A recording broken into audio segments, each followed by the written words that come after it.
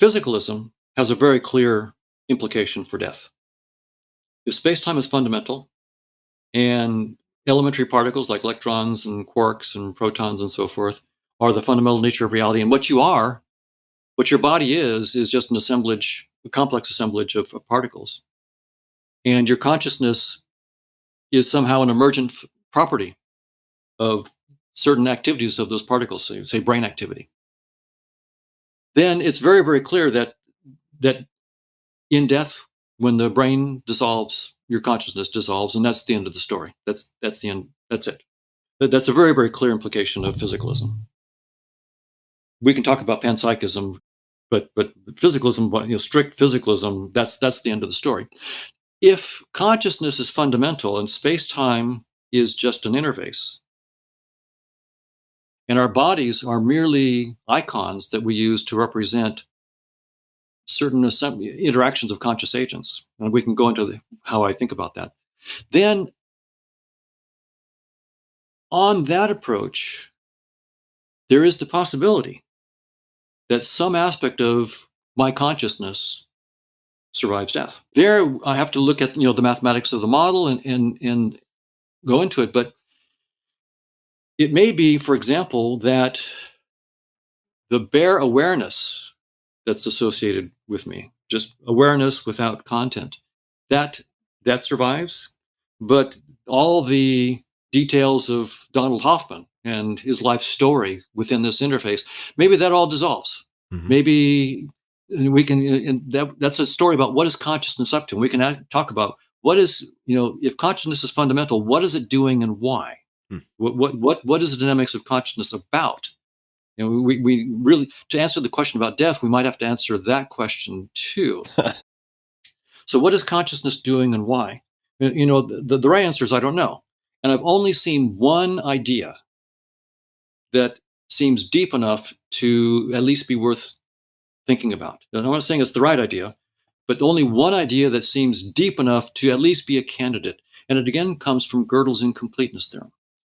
Gödel says that essentially, no matter how much you explore within a particular conceptual system, you can't get all the truth. There's always going to be more to explore mathematically.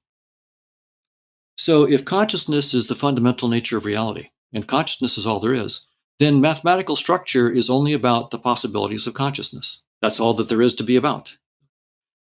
And so what if what consciousness is doing, since the exploration of mathematical structure is in principle unending,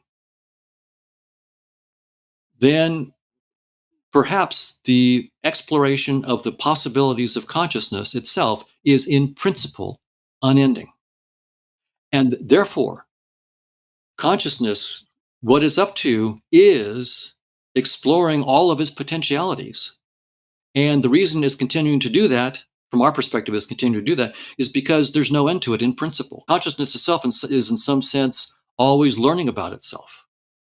And so perhaps then what we are, what people are, and what cats are, and what dogs are, and what amoebas are, and so forth, is consciousness trying on different headsets, different realities, and exploring and losing itself. I mean, so this is a very interesting idea that the consciousness chooses to really explore so deeply that it loses itself in the exploration, doesn't even know what it is.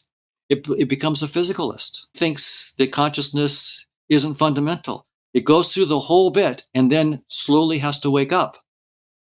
And in so doing, it really explores what it's not and what it is. In some sense, to know what you are, you have to know what you're not. And so on that point of view, the Hoffman icon is simply consciousness taking a perspective on itself, looking at itself through a particular space-time headset. And from that headset, there was a birth, there was growing strong until your 20s and 30s, and then after your 40s, you start declining, and in your 80s and 90s, you die. Mm-hmm. And that whole process is just consciousness exploring itself from a particular perspective, in which case maybe the Hoffman icon and maybe a lot of stuff can be left behind, but in some sense consciousness itself has learned something through that experience, and the 8 billion other people and the quadrillions of amoebas and the who knows how many viruses and so forth.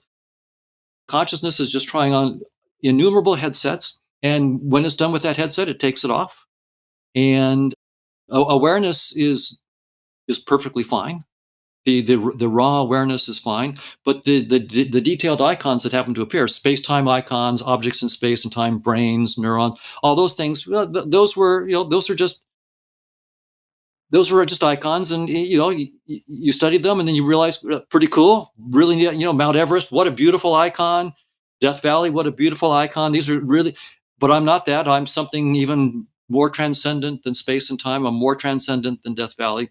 And so consciousness is just waking up. I mean, I'm trying to tell a story. I'm not saying that it's correct, but it's the only story I've seen so far that at least is deep enough that is worth taking seriously.